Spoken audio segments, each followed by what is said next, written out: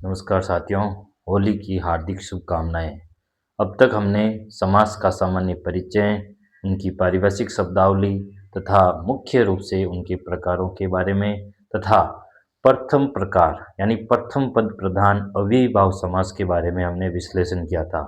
आज हम पढ़ते हैं कि द्वितीय पद प्रधान समास जो तीन प्रकार के हैं, तीन समास में द्वितीय पद प्रधान होता है। उनमें से प्रथम आज कर्मधारय समास के बारे में विश्लेषण करते हैं, उसका अध्ययन करते हैं।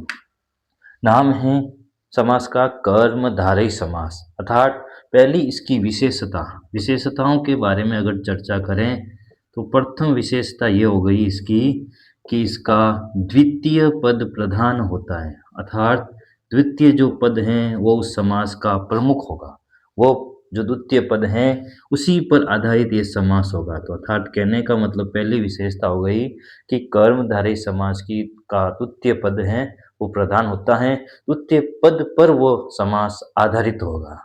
दूसरी इसकी विशेषता है कि इस समास में एक पद विशेषण होगा और एक पद विशेष्य, अर्थात एक पद की विशेषता बताई जाएगी और दूसरा पद संज्ञा या सर्वनाम होगा जिसकी विशेषता बताई जाता है। अर्थात एक पद विशेषण विशेष्य या फिर उपमान उपमेय का योग होगा।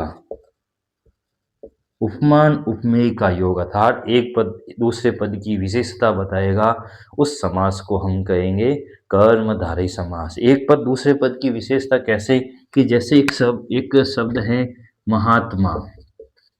अब इस शब्द में ये एक सामासिक पद है, अगर इसका विग्रह करेंगे तो होगा महान है जो आत्मा, अर्थात इस आत्मा की विशेषता कैसी है कि वो महान है, अर्थात एक पद दूसरे पद की विशेषता बताएगा। तो ये एक विशेषण शब्द होगा और एक विशेष्य शब्द होगा।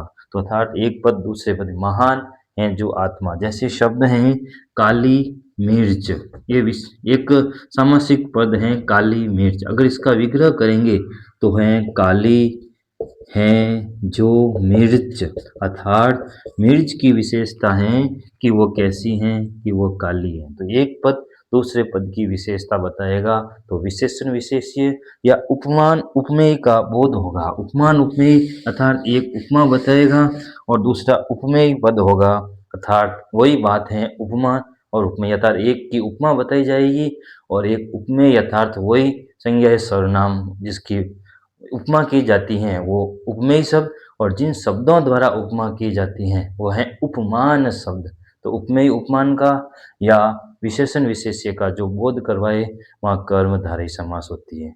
अब इससे भी एक और महत्वपूर्ण विशेषता इसकी है कि जैसे हमने अव्ययीभाव समास में पढ़ा कि उपसर्गों का प्रयोग होता है, अर्थात अव्ययी शब्द की जगह उपसर्ग शब्दों का भी प्रयोग होता है। तो जब उपसर्ग शब्द मूल रूप से उपसर्ग के रूप में ही आते हैं तो वो होता है अव्ययीभाव समास। और अगर इसकी तीसरी विशेषता, अगर उपसर्ग जो शब्द हैं वो विशेषण के रूप में प्रयुक्त हो, अर्थात वही उपसर्ग शब्द अगर उपसर्ग के रूप में काम कर रहे हैं तो होगा अव्ययीभाव समास, और वही उपसर्ग शब्द अगर वे विशेषण के रूप में कार्य करते हैं तो उस समास को क्या कहेंगे, वे उपसर्ग शब्द जो विशेषण के रूप में काम करेंगे तो उस समास को कर्मधारय समास कहेंगे। जैसे एक है का पुरुष, अर्थात यहाँ पुरुष के आगे का क्या लगा, उपसर्ग, लेकिन ये का है एक विशेषण का रूप काम करता, अर्थात इसका विग्रह होगा तो है कायर है जो पुरुष, अर्थात ये जो का उपसर्ग है वो कायरता का बोध करवाता है। तो वे उपसर्ग शब्द अगर वे विशेषण के रूप में कार्य करते हैं, जैसे हैं सपूत, जैसे सपूत अर्थात सपूत का क्या हो गया कि सच्चा है जो पूत, अर्थात ये स यहाँ पे उपसर्ग का काम न करके ये हैं सच्चा है जो पुत्र या पूत या जो भी हैं, तो ये सच्चा है जो पुत्र, अर्थात सपूत। तो कहने का मतलब इसकी तीसरी प्रतियोगी परीक्षा के संबंधित बहुत ही महत्वपूर्ण परिभाषा इसकी हो गई कि अगर उपसर्ग शब्द उपसर्ग के रूप में काम कर रहा है, कोई विशेषता नहीं बता रहा है, तो वो होगा अव्ययीभाव समास। अगर उपसर्ग शब्द वो विशेषण के रूप में काम कर रहा है तो वो समास होगा कौन सा, ये कर्मधारय समास। तो हमें ये दोनों अंतर हमें अच्छी तरह से समझना है कि अगर उपसर्ग विशेषण के रूप में जहाँ काम आता है, तो उस समास को हम कहेंगे कर्मधारय समास। जैसे और भी शब्द हैं, सत्य, सत्य परामर्श यानी सच्ची है जो परामर्श, जैसे ऐसे कापुरुष कपूत, जैसे सपूत की जगह न लेके हमने कपूत लिया तो कायर हैं या वो बुरा है जो पुत्र, तो कपूत, तो ये हो गया सपूत कपूत। तो ये विशेषण शब्द अर्थात वे उपसर्ग शब्द जो विशेषण के रूप में। चौथी इसकी एक अन्य और महत्वपूर्ण विशेषता है कि अगर विशेषण शब्दों की आवृत्ति हो, ये चौथी इसकी विशेषता कि अगर विशेषण शब्दों की आवृत्ति होती है। हमने पूर्व में अव्ययीभाव समास में संज्ञा शब्द और अव्यय शब्दों की आवृत्ति पढ़ी थी, लेकिन यहाँ विशेषण शब्दों की अगर आवृत्ति होती है, दोहरान होता है, तो वहाँ पे ये कर्मधारय समास होता है। जैसे शब्द हैं लाल लाल, लाल लाल, जैसे काला काला, तो जैसे काला कट, काला अगर कट आ गया, जैसे नीला नट, तो जैसे नीला नट है, काला कट है, पीला पट है।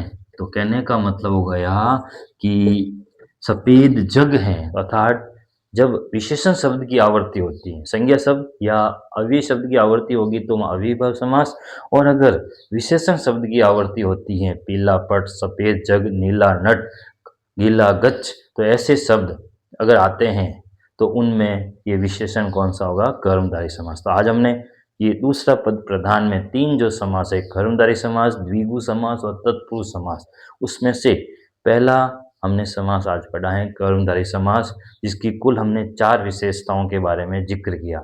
2 विशेषताएं सभी प्रकार की प्रतियोगी परीक्षाओं में मिलती हैं, लेकिन 2 अन्य विशेषताएं हमने एक गहन विश्लेषण किया है। इस प्रकार के हमें एक परेशानी वाले प्रश्न हमारी परीक्षा में आ सकते हैं, हमें कन्फ्यूज कर सकते हैं। तो कुल 4 विशेषताओं के हमने पढ़ा। द्वितीय पद प्रधान, विशेषण विशेष्य या उपमान उपमेय का योग होता है। तीसरी विशेषता है अगर उपसर्ग शब्द विशेषण के रूप में प्रयुक्त होते हैं तो वहाँ कर्मधारय समास, और चौथी अगर विशेषण शब्दों की आवृत्ति एक से अधिक बार हो रही है तो वहाँ पर भी ये कर्मधारय समास है। आगामी कालांश में हम द्वितीय पद प्रधान के द्विगु समास और तत्पुरुष समास के बारे में चर्चा करेंगे। तब तक के लिए धन्यवाद।